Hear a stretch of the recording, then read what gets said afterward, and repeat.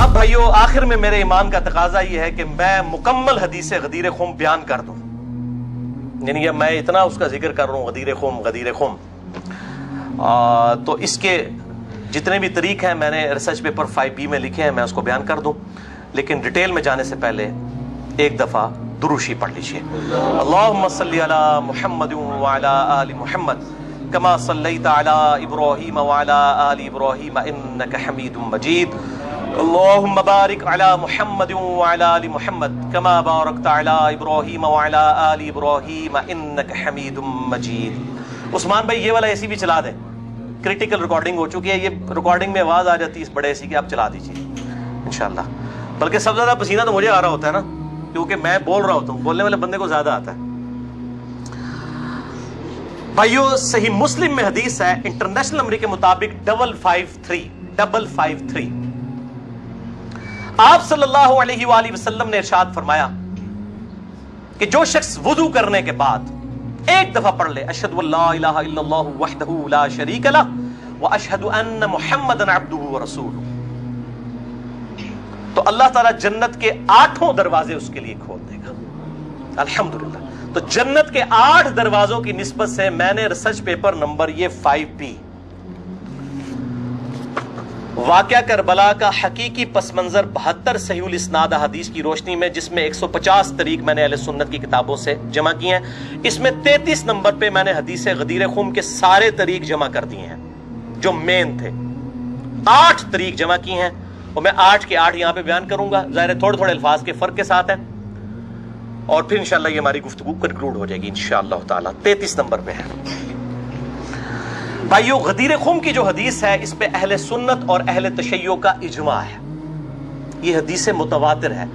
چند احادیث ہیں جو متواتر ہیں، ان میں سے ایک وہ حدیث ہے جو صحیح مسلم میں پہلی حدیث ہے، بخاری میں موجود ہے، جس نے میری طرف جھوٹی حدیث منسوب کی وہ اپنا مقام دوزخ میں دیکھ لے، بولے اعوذ باللہ تعالی۔ حدیث متواتر وہ حدیث ہے کہ جس کو اتنی کثرت سے لوگوں نے روایت کیا ہو کہ اس کا جھوٹ پہ ہونا محال ہو، یہ صحیح حدیث کی اعلیٰ ترین شکل ہے حدیث متواتر۔ اردو میں ہم متواترہ بول دیتے ہیں، لیکن عربی میں لفظ متواتر ہے، اور دور حاضر میں بہت بڑا کام کیا ہے شیخ ناصر الدین البانی رحمہ اللہ المتوفى 1999 عیسوی، جو محدث اعظم سعودیہ بھی رہے ہیں، بعد میں سعودیہ والوں نے ان کو خیر نکال دیا، البانیہ کے رہنے والے تھے۔ انہوں نے سلسلہ احادیث صحیحہ میں السلسلۃ الصحیحہ للبانی میں انٹرنیشنل نمبر کے مطابق 1750 نمبر میں اور 2223 نمبر میں درجنوں طرق نقل کیے، کئی صحابہ سے، سیدنا علی سے، سیدنا سعد بن ابی وقاص سے، سیدنا ابو ایوب انصاری سے، سیدنا انس بن مالک سے، سیدنا ابو ہریرہ سے، سیدنا ابو سعید خدری سے، سیدنا بریدہ سے، سیدنا ابن عباس سے، سیدنا ابو طفیل عامر بن واصلہ سے، سیدنا برا بن عازب سے رضی اللہ عنہم اجمعین وعلیہم السلام، سب سے یہ حدیث انہوں نے نقل کی سارے طریق۔ اور شیخ زبیر لیزئی رحمہ اللہ نے مشکات المصابیح کی تحکیم کے دوران انٹرنیشنل نمبر کے مطابق 6091 نمبر حدیث کے فٹ نوٹ پہ لکھا کہ یہ حدیث متواتر ہے، غدیر خم کی حدیث۔ اب میرے بھائیوں دل تھام کے، آج میں نے کئی ایسی باتیں کرنی جو میں نے ابھی تک کبھی بھی نہیں کی، کسی ویڈیو میں بھی نہیں کی، اور ایون اپنی نجی محفلوں میں بھی نہیں۔ کچھ باتیں ایسی بھی ہیں کیونکہ ظاہر ہے کہ اب محرم کا مہینہ، تو میں اس کو کھول کے پھر ذرا چیزوں کو بیان کر دوں۔ تو یہ 8 طریق میں 1 بائی 1 ڈسکس کروں گا، پہلے 2-3 ذرا ڈیٹیل سے ہیں، پھر ساتھ انشاءاللہ باقی وہی الفاظ ریپیٹ ہوں گے۔ غدیر خم کی حدیث کا پہلا طریق صحیح مسلم میں انٹرنیشنل نمبر کے مطابق 4 طرق ہیں اس کے، 6225 سے لے کر 6228 تک، سیدنا علی کے فضائل والے چیپٹر میں۔ اس کا جو پہلا طریق ہے، طرق کہتے ہیں جمع کو، طریق کہتے ہیں ایک، یعنی جو روایت کی سند چل رہی ہوتی ہے اس کو ہم کہتے ہیں اس طریقے سے آئی ہے، اس وے سے آئی ہے، اس چین سے آئی ہے۔ پہلی چین صحیح مسلم 6225 سیدنا زید ابن ارقم سے، جو سابقون الاولون تھے، انہی کا وہ دار ارقم تھا جس میں نبی صلی اللہ علیہ وسلم دعوت حق بیان کیا کرتے تھے۔ ظاہر کعبۃ اللہ میں تو وہ لوگ نہیں جانے دیتے تھے، جس طرح ہمیں آج علماء مسجدوں میں نہیں گھسنے دیتے، تو ہم نے بھی یہ دار ارقم سجایا ہوا ایک، تو تو زید ابن ارقم رضی اللہ تعالی عنہ علیہ السلام روایت کرتے ہیں، ان کے پاس کچھ تابعین آئے، صحیح مسلم 6225۔ انہوں نے کہا زید آپ کتنے خوش نصیب ہیں، شروع میں آپ نے اسلام قبول کر لیا، نبی صلی اللہ علیہ وسلم کے ساتھ آپ نے نمازیں پڑھی، آپ کے ساتھ جہاد کیا، آپ صلی اللہ علیہ وسلم سے ڈائریکٹ حدیثیں سنی، آپ کی صحبت کی، آپ تو بہت خوش نصیب ہیں۔ ہم آپ کے پاس صرف اس لیے آئے ہیں کہ آپ ہمیں کوئی ایسی بات سنائیں جو خود آپ صلی اللہ علیہ وسلم سے آپ نے سنی ہو۔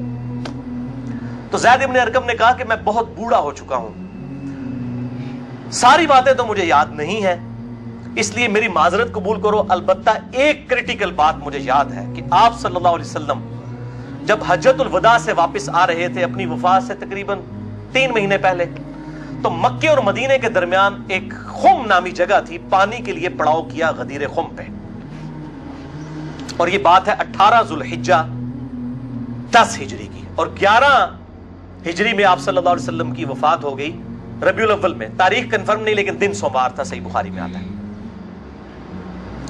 آپ صلی اللہ علیہ وسلم نے خم نامی گاؤں میں اونٹ کے پالان کا آپ کے لیے ممبر بنایا گیا، آپ صلی اللہ علیہ وسلم نے اس پہ چڑھ کر خطبہ دیا، اور الفاظ ہی بڑے کنکلوڈنگ ہیں، ہم نے اپنے منہج پہ بھی لکھا ہوا ہے، اے لوگو آگاہ ہو جاؤ، میں بھی ایک انسان ہوں، قریب ہے کہ اللہ کا قاصد یعنی موت کا فرشتہ میرے پاس آئے اور میں اس کی دعوت قبول کر لوں۔ لوگو آگاہ ہو جاؤ، میں اپنے بعد تم میں 2 بھاری چیزیں چھوڑ کر جا رہا ہوں، یہ ہے حدیث ثقلین۔ ان میں سے پہلی چیز اللہ کی کتاب ہے، اس میں ہدایت ہے، اس میں نور ہے، تم اللہ کی کتاب کو پکڑو، اپنا تعلق اس کتاب کے ساتھ مضبوط کرو، اللہ کی کتاب اللہ کی رسی ہے، جو اس کو پکڑے گا ہدایت پر ہوگا، جو چھوڑ دے گا گمراہ ہو جائے گا۔ پھر زید ابن ارقم کہتے ہیں آپ صلی اللہ علیہ وسلم ترغیب دلاتے رہے، اللہ کی کتاب، اللہ کی کتاب، اللہ کی کتاب، لیکن امت نے چھوڑ دی کتاب۔ اور پھر آپ صلی اللہ علیہ وسلم نے فرمایا دوسری بھاری چیز میرے اہل بیت ہیں، میں اپنے اہل بیت کے معاملے میں تمہیں اللہ سے ڈراتا ہوں، میں اپنے اہل بیت کے معاملے میں تمہیں اللہ سے ڈراتا ہوں، میں اپنے اہل بیت کے معاملے میں تمہیں اللہ کا خوف دلاتا ہوں۔ اچھا، اب ظاہر ہے اس زمانے میں بھی لوگ موجود تھے، لوگوں کے کان کھڑے ہو گئے، حضرت معاویہ بن ابی سفیان رضی اللہ تعالیٰ عنہ کا دور تھا، تابعین نے سیدھا سوال ہی عجیب و غریب کر دیا، انہوں نے کہا زید یہ حضور کی بیویاں اہل بیت نہیں ہیں؟ دیکھو، بجائے پوچھنے کے سینئر صحابی سے پوچھتے کہ اہل بیت کون ہے، ان کو فوراً پتا چل گیا کام کدھر اور ہی جا رہا ہے، یہ حضور کی بیویاں اہل بیت نہیں ہیں؟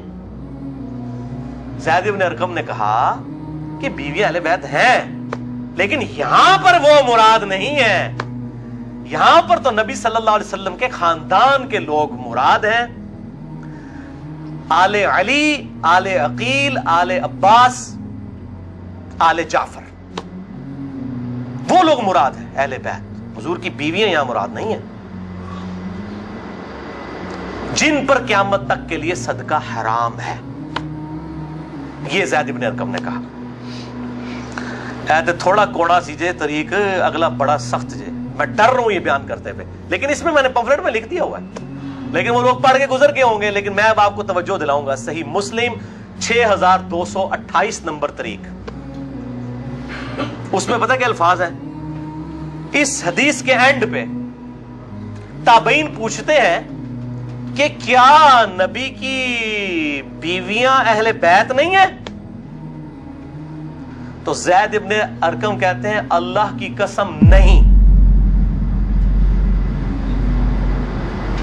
اللہ کی قسم نہیں، عورت تو کتنا عرصہ کسی مرد کے ساتھ گزارتی ہے، بعد میں اس کا مرد اسے طلاق دے دیتا ہے، وہ اپنے میکے واپس آ جاتی ہے، تو عورت کیسے اہل بیت ہو سکتی ہے؟ ایسا ہی مسلم پڑھ رہے جے بھائی، اے اصول کافی نہیں پڑھ رہا مولویو،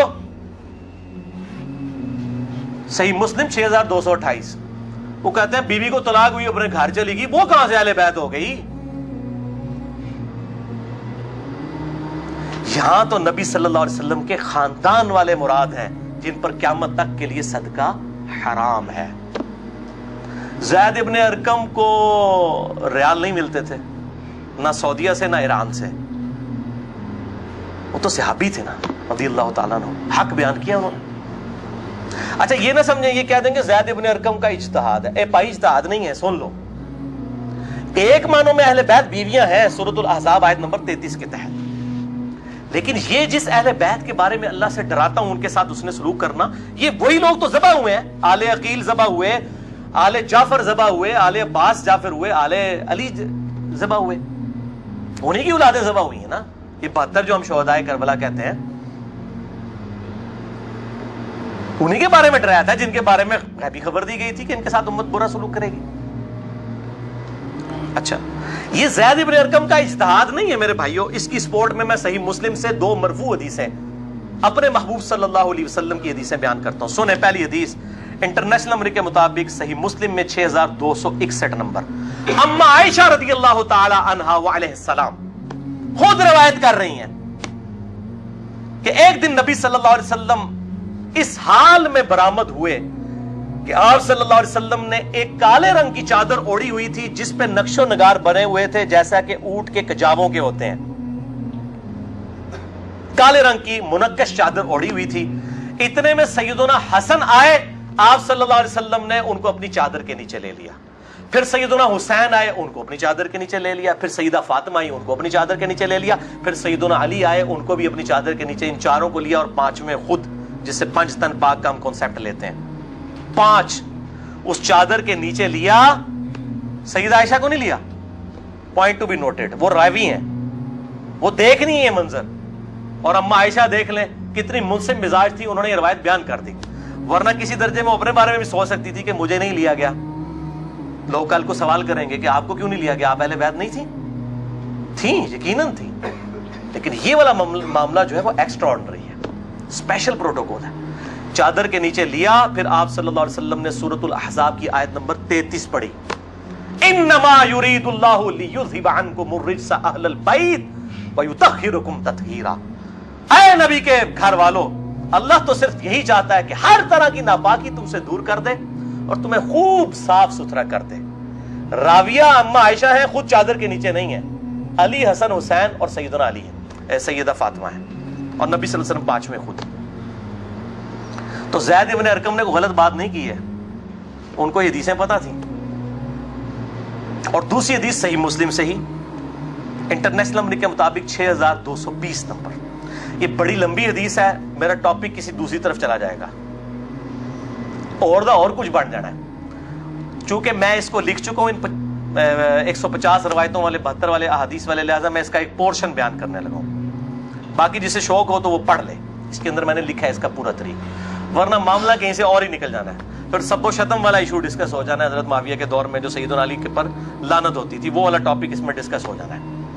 اس لیے میں اس حدیث کا آخری جز بیان کر رہا ہوں کہ سیدنا سعد ابن ابی وقاص رضی اللہ تعالیٰ عنہ کہتے ہیں کہ جب آیت مباہلہ نازل ہوئی نجران کے عیسائیوں کے ساتھ، نبی صلی اللہ علیہ وسلم کی 1 to 1 ڈبیٹ ہوئی. اینڈ پہ ہوا کہ ٹھیک ہے مباہلہ کرتے ہیں، کون حق ہے کون باطل ہے. سورہ ال عمران آیت نمبر 61 نازل ہوئی، فَقُلْ تَعَالَوْا نَدْعُوا أَبْنَاءَنَا وَأَبْنَاءَكُمْ وَأَنفُسَنَا وَأَنفُسَكُمْ وَنِسَاءَنَا وَنِسَاءَكُمْ وَأَنفُسَنَا وَأَنفُسَكُمْ. کہ نبی صلی اللہ علیہ وسلم کو کہا گیا کہ ان کو کہو اپنے بیٹوں کو لے آؤ، ہم بھی اپنے بیٹوں کو لے آتے ہیں. تم بھی اپنی عورتوں کو لے آؤ، ہم بھی اپنی عورتوں کو لے آتے ہیں. تم خود بھی آ جاؤ، ہم خود بھی آ جاتے ہیں. پھر اللہ کے حضور اوپن میدان میں دعا کرتے ہیں، جھوٹے پہ اللہ کی لعنت. اس کو مباہلہ کہتے ہیں. لیکن نہیں آئے. سعد ابن ابی وقاص کہتے ہیں کہ نبی صلی اللہ علیہ وسلم، قرآن میں کیا حکم آیا تھا؟ اپنے بیٹوں کو لے کر آؤ. تو کس کو لے کے آئے؟ سیدنا حسن، سیدنا حسین، سیدنا علی. اور ساتھ کیا تھا؟ اپنی عورتوں کو لے کر آؤ. نبی صلی اللہ علیہ وسلم کی عورت کون تھی؟ سیدہ عائشہ، سیدہ حفصہ، باقی امہات المومنین. لیکن ان کو نہیں لائے، سیدہ فاطمہ کو لے کر آئے. Point to be noted. ناسبیوں کے لیے پکی. اگر آپ کو کہے اپنے گھر کی عورتوں کو لے آؤ تو سب سے پہلے بیوی لائی جاتی ہے. آیت مباہلہ میں بیوی نہیں آئی، سیدہ فاطمہ آئی ہیں. اگلی گل آپ سمجھ جاؤ بھائی، زید ابن ارقم نے کیوں کہا صحیح مسلم 6228 کہ بیوی تو خاوند کے ساتھ کافی عرصہ گزارتی ہے، جب طلاق ہو جائے تو وہ اپنے میکے واپس چلی جائے. حالانکہ نبی صلی اللہ علیہ وسلم نے کسی کو نہیں دی طلاق، لیکن اتنی ننگی بات اس لیے ان کو کرنی پڑی، اتنی سخت بات، تاکہ حق کھل کے بیان ہو. اور نبی صلی اللہ علیہ وسلم نے بھی آپ دیکھ لیں قرآن میں حکم تھا عورتوں کو لے کر آؤ، بیویاں نہیں لے کے آئے.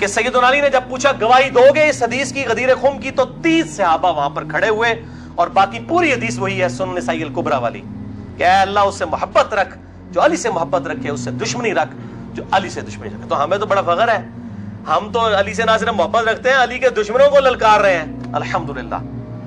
تو اللہ تعالیٰ اسی عمل کے سبب، اس عمل کا وسیلہ اللہ کے حضور پیش کرتے ہیں کہ اللہ تعالیٰ ہمیں محبوب رکھے، آمین۔ بھائی یہ غدیر خم پہ آپ صلی اللہ علیہ وسلم نے خطبہ کیوں دیا؟ اس کی میں نے حکمت کئی لیکچرز میں بیان کی، یہاں پہ بھی بیان کر دوں۔ یہ آپ خطبہ حجۃ الوداع پہ بھی دے سکتے تھے، وہ روایتیں ضعیف ہیں۔ غدیر خم اس موقع پر پہنچ کر سب لوگ عرب کے جا چکے تھے سوائے اہل شام کے اور اہل مدینہ کے، اور اہل شام صفین میں سیدنا علی کے خلاف کھڑے ہوئے، اور اہل مدینہ میں جو کچھ لوگ تھے انہوں نے اہل مدینہ کے ساتھ زیادتی کی، کچھ ان کے ساتھ زیادتیاں ہوئیں۔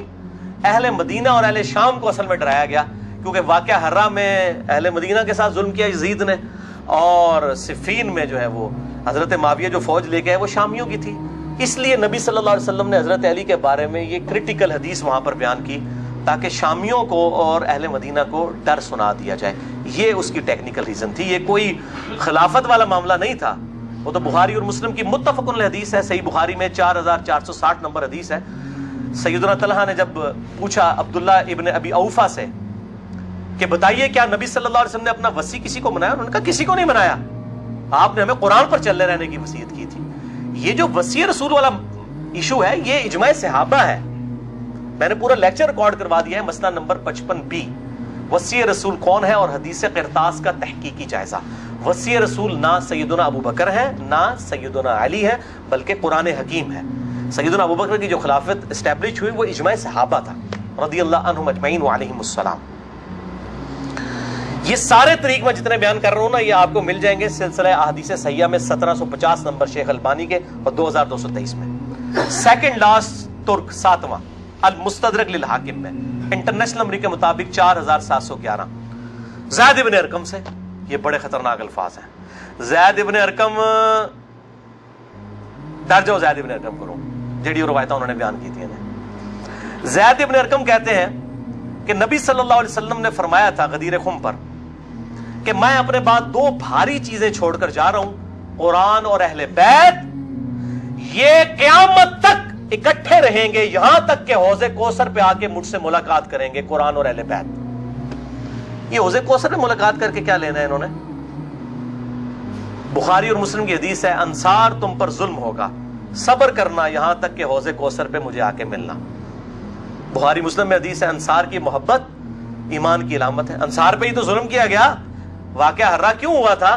قتل حسین کے بعد انصار کی اولاد نے بیعت یزید کی توڑ دی تھی، اسی کی وجہ سے اس کو غصہ آیا، کہا انصار صبر کرنا یہاں تک کہ مجھے حوض کوثر پہ کیا مٹھائی کھلائی جائے گی؟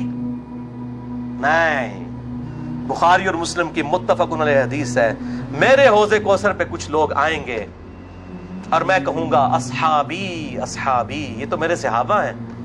ایک روایت میں اسیحابی اسیحابی، تو میرے ساتھی ہیں، میرے صحابی ہیں۔ یہ کیا کرتے ہیں جس طریق میں آتا ہے نا امتی امتی، وہ نکال کے تو بریلوی دیوبندیوں کے اوپر لگانا شروع کر دیتے ہیں۔ اور صحابی صحابی لکھے نا مکتبۃ شاملہ میں، بخاری مسلم میں کھل جائیں گے۔ تو آپ صلی اللہ علیہ وسلم فرماتے ہیں کہ میں جب ان کو حوض کوثر سے پلانے لگوں گا میرے ان کے درمیان ایک دیوار کھڑی کر دی جائے گی اور مجھے کہا جائے گا اللہ کے نبی آپ کو نہیں پتا آپ کی وفات کے بعد یہ لوگ دین سے الٹے قدم پھر گئے تھے، انہوں نے دین میں بدعتیں جاری کر فرماتے ہیں میں کہوں گا سحقن سحقن لمن غیر بعدی، سحقن سحقن لمن بدل بعدی، ان پر پھٹکار ہو جنہوں نے میری وفات کے بعد میرا دین بدل دیا، جنہوں نے میری وفات کے بعد میرے دین میں تغیر کر دیا۔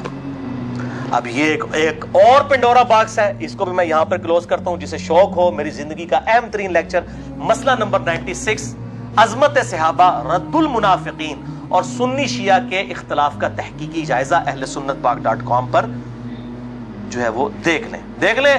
ہر ایک چیز میں سے ایک جن برآمد ہوتا ہے۔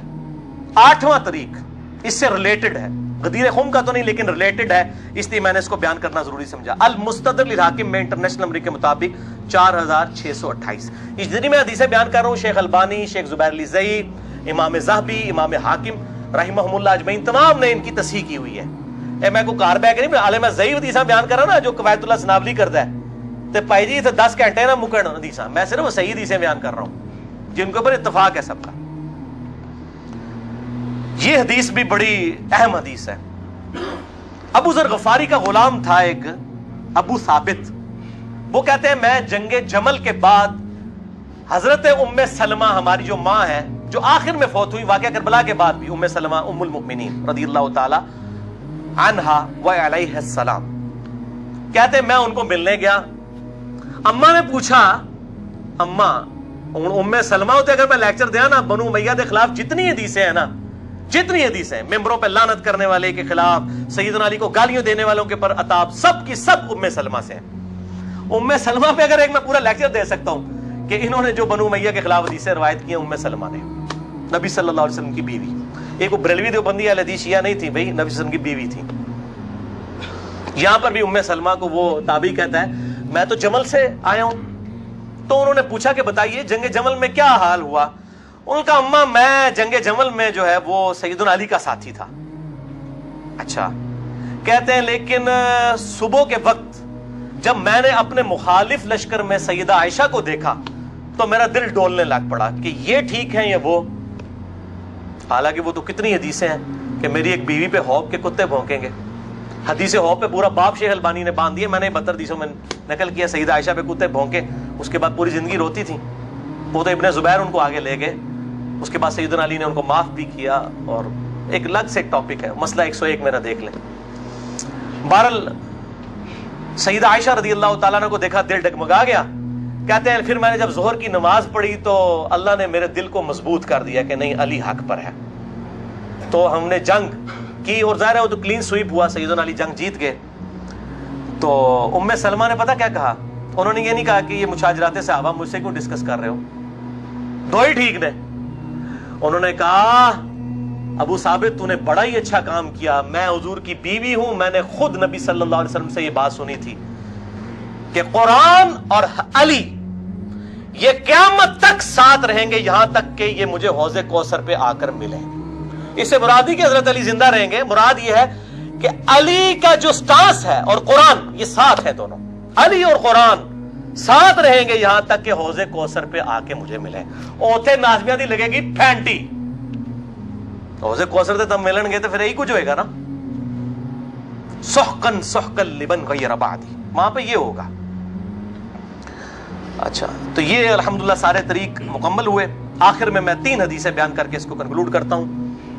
المستدرک الحاکم میں صحیح سند کے ساتھ 4717 نمبر حدیث ہے، ایک طریق شیخ البانی شیخ زبیر لزئی دونوں نے صحیح کہا، امام حاکم امام ذابی نے موافقت کی کہ آپ صلی اللہ علیہ وسلم نے فرمایا اللہ کی قسم ہم اہل بیت کے ساتھ جو بغض رکھے گا اللہ تعالیٰ اسے ضرور دوزخ میں داخل کرے گا۔ کہتے ہیں یزید کا معاملہ اللہ پہ چھوڑیں، امام ذہبی نے لکھا ہے کہ سب سے بڑا ناسبی یزید تھا، اللہ پہ چھوڑے، بغض نہیں تھا، جو ممبروں پر لعنت کرواتے تھے بغض نہیں تھا، یہ پتہ نہیں کیڑی ایکویشن ہے، تو جھوٹا دفاع کرتے ہیں بنو امیہ کا۔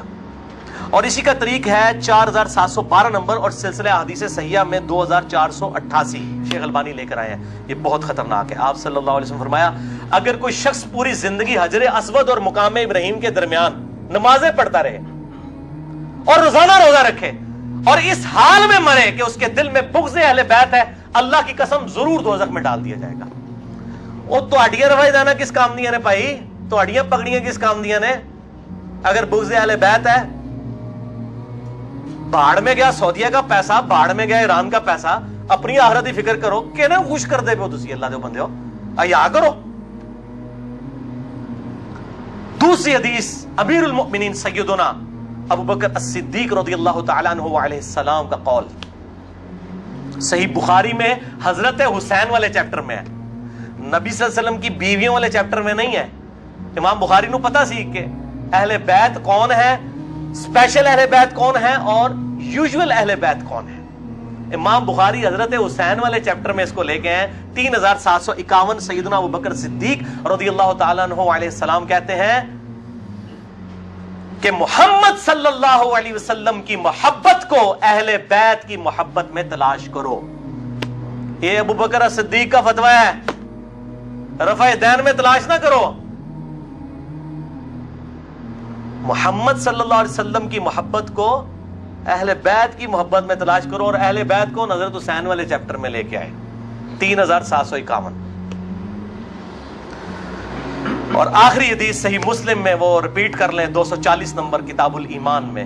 سیدنا علی کہتے ہیں اس اللہ کی قسم کہ جس نے دانے کو پھاڑ کر اس میں سے اناج اگایا اور ہر مخلوق کو پیدا کیا. نبی امی نے مجھ سے عہد لیا تھا کہ اے علی تجھ سے صرف مومن ہی محبت کرے گا اور تجھ سے بغض صرف منافق ہی رکھے گا. اب محبت علی کا یہ مطلب نہیں ہے کہ غلوف کرے یا مشکل کشا ماننا شروع کر دے. مراد یہ کہ جو ان کے صحیح جتنے بھی فضائل آئے ہیں ان کو مانا جائے الحمدللہ، اور ان کے دشمنوں سے دشمنی رکھی جائے. یہ بھائیو اب آج کی گفتگو کنکلوڈ ہوئی. میں آخر میں پھر وہی کہوں گا کہ یہ میرا جو ریسرچ پیپر ہے 5B واقعہ کربلا کا حقیقی پس منظر 72 صحیح الاسناد حدیث کی روشنی میں، اسے ضرور پڑھیں. اہل سنت پاک.com سے research paper number 5B download کریں. میں اپنی گفتگو کا اختتام کروں گا امام محمد بن ادریس الشافعی المتوفی 204 ہجری کے اس مشہور شہر پر جو ان کے دیوان الشافعی میں چھپا ہوا ہے. کسی مولوی کی سند کی ضرورت نہیں، ان کی اپنی کتاب ہے دیوان الشافعی. اور تمام محدثین چاہے ابن تیمیہ ہوں، امام ذہبی ہوں، ابن کثیر ہوں، سب نے اپنی کتابوں میں اس شعر کو نقل کیا ہے. چونکہ میرے پہ بھی فتویٰ لگنا ہے تو میں بتاؤں کہ میں کوئی اکیلا نہیں ہوں.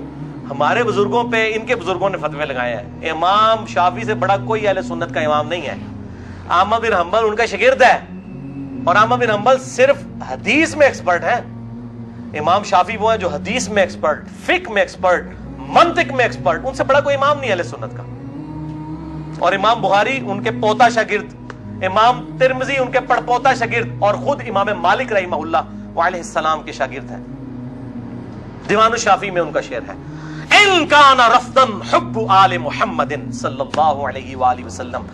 اگر آل محمد کی محبت کا نام تم کہتے ہو رافضی ہونا ہے، شیعہ بھی نہیں رافضی، فَلْيَشْهَدِ الثَّقَلَانِ انی رافضی.